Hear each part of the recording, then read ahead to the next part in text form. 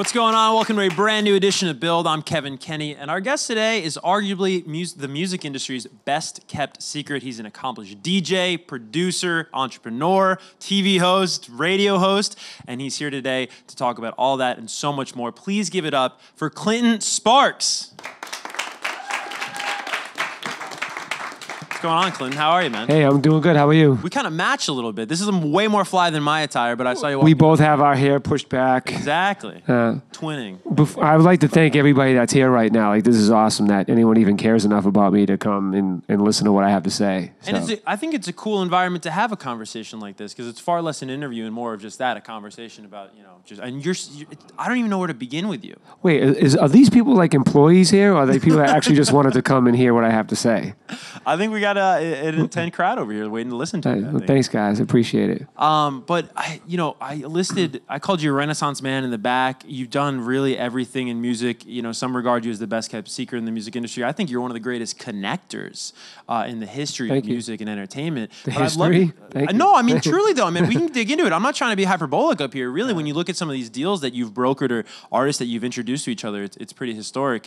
But I want to start in Boston, where it all began, and just to paint the picture for anyone that's watching that may not be privy to your career and your accomplishments. Born and raised in Boston. Dad leaves, I guess, at 5. Yep. You're raised by a single mom. Yep. Any siblings? Yeah. I now have 2 sisters, but growing up, I had 1 younger sister. 1 younger sister. So you were like the big brother. Yes. And so I guess... That's usually when someone's a little sister, you're the big brother. I'm good, right?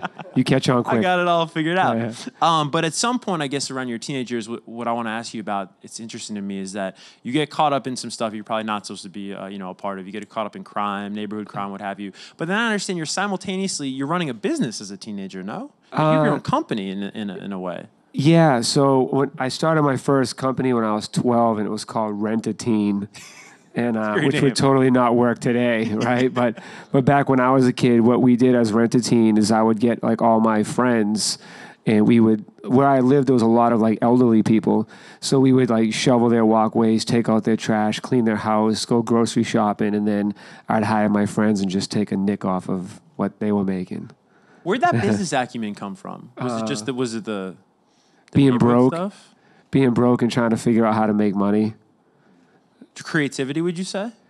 Well, yeah. I mean, obviously, I got to be creative just to start a company as a 12-year-old. I didn't have anybody guiding me to do that. I didn't have any role models. My dad wasn't around telling me right from wrong. There wasn't really any male figures in my life, period. And my mom, unfortunately, because she had to take care of us, was working 2 jobs. So she wasn't around a lot. Although she was still there to make dinner every night, she wasn't like really attentive. Like when I look back at my life, I think, how was I doing like the things who was like telling me not to do that? Like nobody.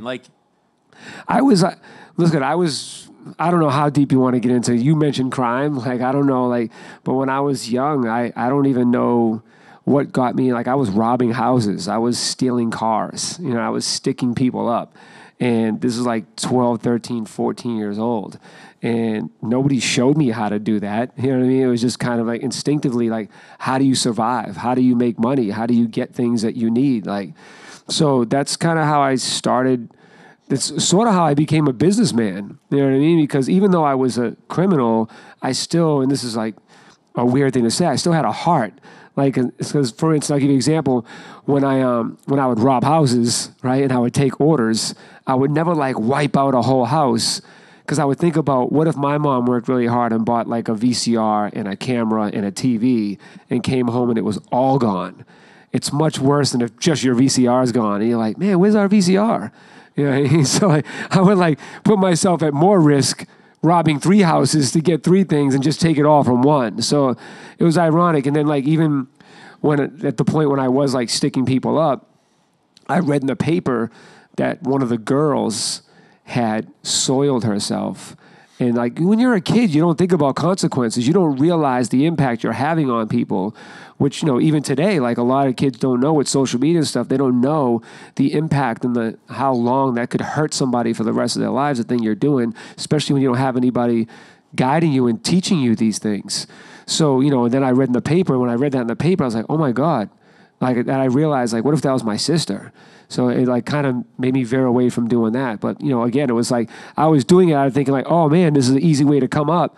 And you don't realize the effect you're having on other humans until you see the effect, like reading it in the paper or something like that. So, but here's my question though, is because if you're making clean money running this business, right? Money that you can report, money that you can just make it small money. No one told me how to report money. No, but no, like that's legal money you're making as part of the company. Sure. What is making you, looking back now, commit these crimes? Do you just want more money? Do you want to buy things? Is it a status thing? Because it seems like, you got a good thing going with the business. Why commit these crimes? The business, the rent-a-team business, it wasn't like a flourishing, generating revenue, like, we're caking up type of business.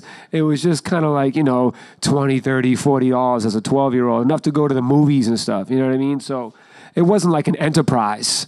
But to answer your question about what drew me to crime, I don't know. I mean, ultimately, ultimately, anyone that commits crime, it's really selfish, right? Because even if I sit here saying, oh, I was broke, I didn't have this, da-da-da, really it's a selfish thing saying, because I want more, or I want this.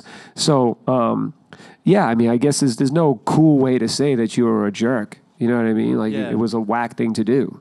What was that reconciliation process like for you? Because I think of your story, and I think of a rapper, T Grizzly. I don't know if you're familiar or not. Of course. But he got kicked out of Michigan State for robbing his classmates. But then if I have the story right, when he got his advance from the label, he paid those people back directly, and sort of that's how he reconciled that. Did you have to go through any sort of emotional journey, or any sort of, how did you reason with that past in your mind as you advanced through life? Man, I didn't know we were going to talk about crime this much. But anyways, as I escalated and became a bigger criminal, in the path of being a criminal, it's just like anything. You try one drug, you go worse. You do this. So when you're a criminal, like, you don't stay a small-time criminal. You start becoming a worse criminal, right? So then you're like, as you're becoming a worse criminal, you're becoming more engulfed in the life of crime. You're becoming a career criminal. And that's like what the cops start labeling you as. So every time like something goes on in your neighborhood, you're the guy whose door they knock down and have guns on you, because you're automatically probably the guy that did it, right? So as I got older and I was becoming a man, like around 18, I realized there was one big thing that was going to happen. And the day before it was going to happen, I realized this could literally be the end of my life, and like could not be free anymore, or I can just stop today and change. And I decided to stop that day. And then I looked in the back of the paper and seen UPS was hiring. And I got a legit job at UPS. That's crazy. And I took that same work ethic and that same hard work mentality, and I applied it to a real job and became like the best employee UPS ever had. Because I was an awesome criminal. Well, no, it's weird to say this, right? But I think some of that ambition has, of course, carried over to what you do now and what you've been doing throughout your entire career. I think you said you were about 18 years old when that happened. 19, yeah. There's another interesting thing that happens in your life around that time, maybe a little bit older, a couple years later, and it's this moment you have with your father, because your father, again, you had a tumultuous relationship with, I think is fair to say, growing up. But now your father's your best friend, as you've said. Right. And I think that I ask you about this, and I bring this up because I think it's such an important lesson to be learned with your journey with him. This transition from resentment to empathy. And I think that connection is important. Would you mind just speaking to that really quick? You're about to make me emotional, man. Like, you did some deep diving to come up with these questions. So there was a point, all right, so my dad wasn't around like most of my youth, right? Because he had his own issues. And then my mom, because I was getting arrested too much at about 15, sent me to the suburbs. I had no idea what the suburbs. I grew up in the city. I was a city kid. I was always too white for the blacks and too blacks for the whites, right? So like I was always kind of in like the black or the Puerto Rican neighborhoods. And I never really fit in. I was a pretty lonely kid. And I think that's another reason why I got into the things I did. Music was my best friend. My radio was my best friend. So when my mom sent me to my dad, I went to the suburbs. It was kind of like, oh, this is what white life is? Like, there's two parents. The mom takes them to practice. The dad owns a construction company. Like, they're together. Like, I didn't even know what that life was, right? So I move out to the suburbs, and I live with my dad. So I went to high school out there with my father, and then like he had his own like issues battling with alcoholism. And there was one time when I was about 18, we had a big fight. And I was like, I'm going to be a way better father than you are when I get older. And it was one of those father-son fights. And he was like, yeah, Clint, we'll see. Like, when you get older, you'll see things happen, change. No way, no. And you know, all the swears and everything, right? And that was it. And so I didn't talk to him for 2 years. I wrote him off. And I was like, forget this dude, man. Because the reason what really bothered me and what got us to those troubled waters is he would say something that would trigger my anger of him not being there. And he would say things like, I didn't raise you that way. And then I'd be like, you didn't raise me, right? And then he'd be like, what do you mean? Who are you living with now? And da-da-da. And I'm just like, because I was molested for 4 years when I was younger and he wasn't around. So a lot of times I held that against him for not being there to protect me. So when he'd say, you didn't raise, he'd say, that's not how I raised you, I'd get pissed off about it. So you didn't raise me, dude. Like, what are you talking about? So we had that big fight when I was 18 and I just wrote him off. And then like 2 years later, I thought to myself, what happened to my father that didn't allow him to be the father I needed him to be when I was young? And the more I thought about that, instead of like worrying about myself or woe is me or kind of like, you know, oh, you weren't there for me, my life sucks because of you. And I started thinking about his life and I started doing research and realized his life was worse than mine. So then I realized, how could he be a 22-year-old father, you know, having the issues that he went through from, you know, it's his personal story to tell publicly, but like he had things that happened to him that were worse than me. And I just told you something that was horrible that happened to me. What can be worse than that? Imagine. He had worse than that, right? So when I realized, oh my God, this dude went through this, then he gets sent to Vietnam. Then he was never even drank alcohol, and he comes back a full-blown alcoholic. So like nobody at home waiting for him or caring that or missing him or loving him. Like, of course he's going to be troubled. Of course he's not going to be able to be a sound father. So when I thought about that, I started having empathy instead of resentment. And then I went back to my father and, yeah, dude, you're going to get me emotional. And then I went back to my dad and told him, you know, how I felt about him and that I was sorry for not, you know, caring the way that nobody else ever cared for him, and that I wanted to change our relationship. And then we've been built since then. And like you said, he's my best friend now. That's awesome, man. Thank you very much for sharing that story too, man. You know what's funny? The other day, I flew him to California because he hasn't been there since training for Vietnam, and he's always wanted to go back. And he never flew first class, so I took him in a plane. And sort of as a joke, I went to a flight attendant and said, hey, can you shout out my father and da-da-da-da, like he's never flown on a plane. And I was kind of doing it to be like, like just so he could feel good. What ended up happening is like they gave him a whole shout out, like we want to thank a hero, an American hero, George Sparks, who fought in Vietnam. And man, dude, like he cried half the flight. People wanted to take pictures with him. And what happened is something I didn't know. When he was crying, I'm like, what's wrong, Dad? Why is you so emotional? And he couldn't even get it out. And after like 15 minutes of not being able to speak, he was like, I waited 50 years for a welcome home from Vietnam.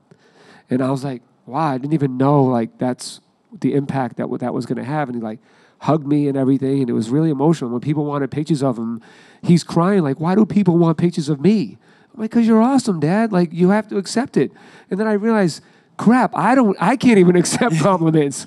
Maybe this is where I get it from. Like, people say great things to me all the time, and I always look at myself like I'm a fluke. Or like, I just got lucky this time. Well, imposter syndrome, as you call it. Yeah. So it's like imposter syndrome. So I'm not good at taking compliments, and I can see my dad's not either. Yeah, maybe that's where it comes from. Maybe we don't feel like we deserve it. Yeah. You know what I mean? Because maybe both of us never felt loved or cared about. You know, I'm the type of guy that like, my birthday never seemed like it mattered to anybody else, so you develop this thing like, my birthday doesn't matter. You know what I mean? But like, it really does deep down inside. You really want someone to give you a surprise birthday, but you develop this defense mechanism so it doesn't hurt you. You know what I mean? I mean, all those experiences you were just so kind enough to share, Clinton, has had to have an impact on you as a father. And I love this. We've got the artists or the artwork right here. Think about you with Marc E. Bassy, and your son stars in this music video. How did that come about? Does he have an interest in acting, or is that just a way to keep your son close to your work? See how handsome he is. Of course, he's going to be in there. That's right. Well, didn't get him from me. So, anyways. He wants to be an actor. That's his thing. Totally wants to be an actor, and he's in acting class. And so when I had this opportunity, I was like, you should just be in my video. He'd be like, sick, let's do it. So, it's either acting or Fortnite. That's all I got. Either or. About. Yeah. Well, speaking of Fortnite, you are very well involved in the world of e-gaming. What got you involved with that, and who do you work with? So I represent the #1 team in all of esports. If anyone's familiar with esports in here, more people watch esports than traditional sports. If you're not familiar, more than the Super Bowl, more than the whole 2017 NFL season combined. So the name of the team that I represent is called FaZe Clan, and they're #1. And they actually just won #1 and 2, Tfue and Cloxy in Russia, in Moscow. Gosh. Yeah. How big are these teams? Because I'm super new to e-gaming and well, that to whole give you world. an idea of like how rapidly it's growing and how like kind of pop culture's kind of gravitating to it, I know Drake just led a group to invest $26 million in 100 Thieves. Right. And FaZe Clan's 26 times bigger than 100 Thieves. To give you an example, Michael Jordan's invested, Shaq, A-Rod, the Celtics, where I'm from, Boston, they now have their own esports Celtics team that plays like at the same time the season plays, and like these kids playing on video games are becoming as big as the real athletes. So, I mean, they're giving real scholarships out to colleges for esports varsity players. The 2024 Olympics are considering esports in the Olympics. It's a real deal, man. It's a billion-dollar industry, and it's growing tremendously fast. That vision, though, is nothing new with you, and you're taking it into the world of e-gaming right now, but you've done it in radio, you've done it in television, you've done it in music, and I'm just curious, we'll run through some names, just quick hitters, tell me what was special about them, but somebody like DJ Snake, who right now, he just headlined our Billboard Hot 100 festival, he's an international superstar on the cover of magazines. You found him in a Paris club and signed him to his first publishing deal, if I have it right. What was it about him, just real quick, that stood out? Well, I found him in 2007, like you said, in a club, and back then I signed him to a production deal. Okay. So I signed him, and we produced platinum records together. We both got a Grammy nomination together, working on Lady Gaga, along with Chami. If you're not familiar with Chami, so he was part of that whole camp, and another guy named Mercer. So we all worked together. What I seen about him is just like he had the drive and the passion, and like he was really about it. So like he came to the club with a CD of beats. So like he was just really about it and like really passionate. So you can just tell when you're someone that knows what dope is, you can tell dope. Like I can just look and see that you're a great interviewer just when you introduce yourself in there. The way you compose yourself, the way that you approach me, the way like I can already tell you were going to be a good interviewer, and you are so far. Thank you. Maybe you can send me that e-gaming. You like how I set you up with the Fortnite segue though? I said to myself, if I say Fortnite and he doesn't bring up esports. Yeah, go ahead. Good. But on the topic of interviewers and really great interviewers, here's a segue there. I don't know if this is where you're going with Angela Yee, who, of course, is one of the co-hosts of the nationally syndicated Breakfast Club morning show. Right. You, I think, gave her one of her first jobs in radio, if not her first job in radio. Yeah. She used to, when I helped launch Shade 45 with Eminem and them, she's one of the people that I brought on to my radio show to do like the rumor report. Yeah. So another person I introduced to radio was Static Selector, who's also on Shade 45. So. I mean, I got to ask you about an Eminem story that I read on Wikipedia, which, I mean, as you guys know, Wikipedia is a little hit or miss. But did you get Eminem to come to your mom's basement for an online radio show? Yeah, so in 2000, so I was trying to get on as a producer, right? By the way, I never wanted to be in front. I never wanted to be this guy on the I always wanted to be behind the scenes and make other people famous, right? But what happened is, like, as you try to give people game or you try to help guide them, they don't get it, right? So finally, when my manager said at the time, like, why don't you just focus on Clinton Sparks and just, you're going to be good for you. You know what you're doing. And it was hard for me to do that because, again, it goes back to I don't think I matter, right? So then once I started focusing on Clinton Sparks, like my career for the past, it's never went like this, right? So what had happened was I wanted to get production off back then, and I was hanging around the local popular radio DJ, and I would hear him tell radio record labels about my production, and they didn't care. They're just like, yeah, whatever. Are you going to play my record? So I was like, man, what do I have to do to make these guys pay attention? And I thought, if I become a radio DJ, they'll want to be my friend. You know what I mean? So I just reversed it and got on the radio, started a syndicated radio show, and then I always knew the record industry was like at least 5 years behind on like what's new. So back then I was like, oh, I'm just going to lie and pretend like I have like this cracking online radio show that they don't know what the internet is. So I did that in 2000, and lo and behold, they were like, really? What is that? And I was like, I didn't even really know the internet that well then. So like I'm like giving out numbers, like this is what I do, and then giving them receipts of what I've done in the past, and then Eminem, Cameron, Wu-Tang, Common, Talib Kweli, everybody would be at my mom's house. My mom would be making us cookies, and they'd be freestyling over my beats, and we'd do interviews and just hang out for like 6 hours. And Yeah, it was cool. And that's how I've maintained relationships with everybody from this day. And that's how I met the Clips in the first place. I was going to say, yo, these segues are crazy. Yeah, and then we were like inside my head right now because I was going to say, you were ahead of the curve with the whole online music thing. Push has been outspoken about how like he and his brother may have been mad at you because they're like, yo, you're hosting our mixtape and like the streets don't really know about it down in Virginia, but it was kind of blowing up online and that was your doing. Yeah. So, you know, when you're from the streets, all you want to do is feed the streets. You need to hear the streets saying, yo, that's the dude, right? If the streets aren't saying that, you don't feel like you're popping. So at the time when Pusha wanted me to do the project, we did what people don't know is we did Volume 1, and it was a failure, right? And Volume 1 didn't work out at all. And me and Pusha kind of butt heads a little bit on Volume 1 because I thought the cover was whack, and I thought I just was like, this isn't the move. A girl in the kitchen, right? Yeah. And I was like, this isn't what is gonna make people be like, yo, what's that? But they're my boys, and we're like, all right, whatever. I'll just do whatever you guys want. You steer the ship. It didn't work out well. Then he came back and said, let's do Volume 2, and I was like, I'll only do Volume 2 if I can be in charge of like everything from the marketing to the design and whatnot. So like, yeah, cool. So then we did Volume 2. And when Volume 2 was a success, also because of the great music that they made, when Volume 2 was a success, it made people go back to Volume 1. So, you know, that's how that became like recognized as one of the most classic mixtapes in the history of mixtapes. But yeah, I also owned the biggest mixtape site in the world at the time, which was called mixunit.com. Right. If you want to stay clear of this next one, be my guest. But you have a very unique perspective on Clips and Pusha from back in the day. What are your thoughts on this whole Drake and Pusha thing that seems to be going on now, or continuing to go on now because Pusha just dropped by the Joe Budden podcast? Do you have any thoughts on this? No, I don't really subscribe to like negativity or beef. I love everybody, and I'm the guy that if I was in a room with them, I'd talk to them both and make sense of what they're arguing about. I mean, something nobody knows that this would be like a probably exclusive thing but like when Jadakiss and the Lox were beefing with Puff over publishing, it was Jadakiss at my house that I was like, dude, this beefing is so stupid. Like, why don't we just blah, blah, blah, blah. We had a whole conversation, and I had made this record called "So Rockstar" with Chester French. And I was like, you should get on this record before telling him Puff was involved, or it was called "So Rockstar." And he was like, yo, I always wanted to be on a rock record, Sparks. Yo, this is crazy, right? And so I had him do a verse for it. And then I go, well, now that you've done the record, I want to give you the background on what this record's about, right?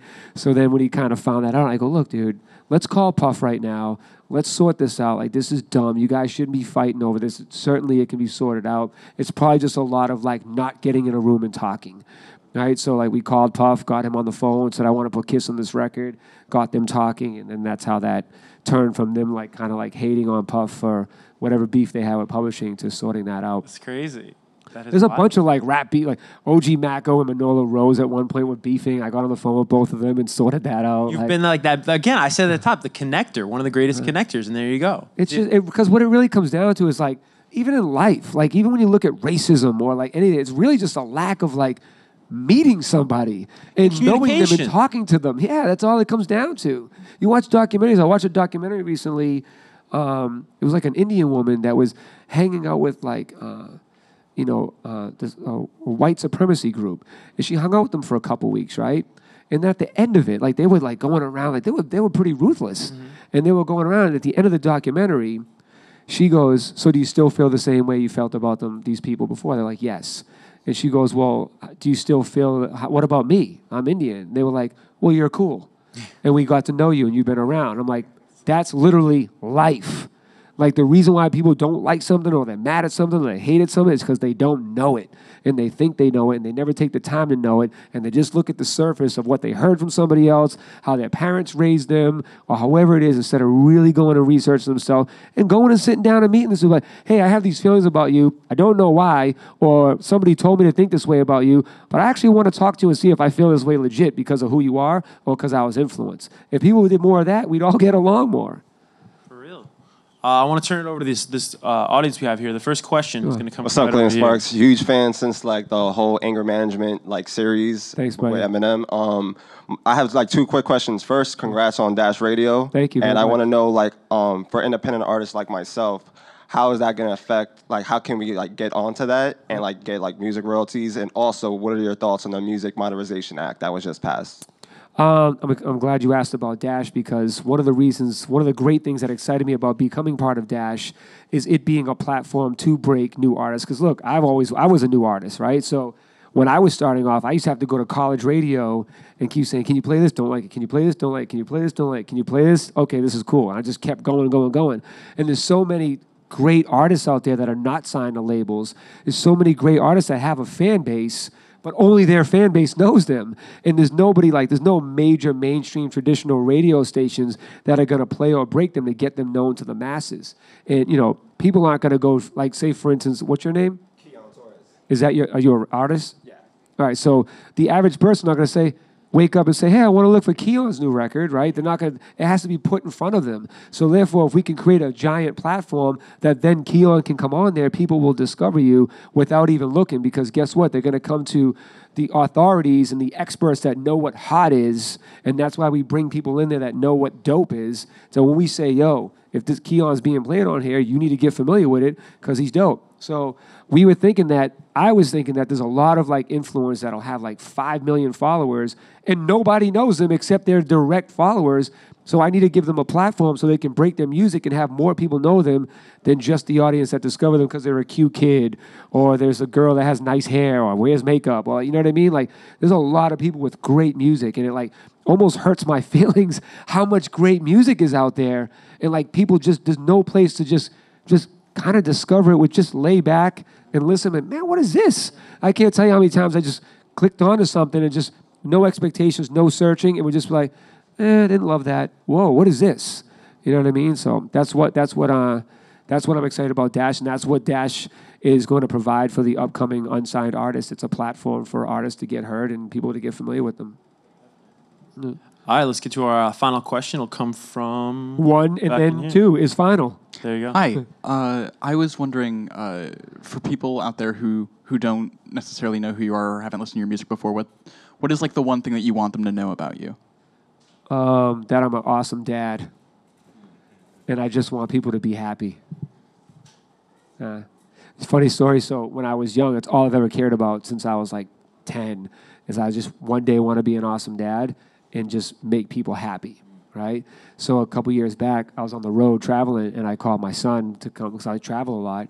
So I was like, hey, dude, I'm coming home. I'll be home Thursday. I'm so psyched to see you. And he's like, yeah, me too, Dad. So what do you want to do? He's like, I don't know. Let's make a snow castle because it was snowing, right? So I was like, hey, dude, let me ask you a question. What do you miss most about me when I'm gone? And he paused for a second, and he goes, Dad, you just make everything happy. I was like, I won. You won. Mission accomplished. Yeah. In one dude. Good dad, made people happy. One guy. So I got a sign made at my house that says, you just make everything happy, Jack Sparks, framed at my house. That's awesome. That's awesome. So that's the best thing I ever produced was my son. So is your son on social media? I know you said he was an aspiring actor. Yeah, he is. At Jack Sparks with 2 S's. There you go. Did you ever think you'd be doing like press, plugging the son's Instagram? That's pretty wild, right? Nah, he's totally not like, he doesn't want to be out front either. He's like, he's such a good down-to-earth guy that like, he'll have like a nice pair of sneakers and not wear them to school. I'm like, why don't you ever wear your sneakers? I don't want to flex on people. Right. You know what I mean? Like, I was like, that's dope. The apple I was like, so when are you going to wear them? Why'd I just buy them for you? Like, but I was like, your friends know you. They know you're not flexing. You're a cool dude. Yeah. But yeah, so, any platinum record I produce or Grammy nominations or businesses that I've built, it's like, it's all cool and I do that like to help other people. But if I had to be remembered after I die, the best thing I'd want to be remembered is like, yo, he actually cared about people and made me laugh. He made me happy. Yeah. It's amazing, Clinton. Thank you so much for stopping by, bro. Thank you, man. Really appreciate it. One more time for Clinton Sparks. Thanks,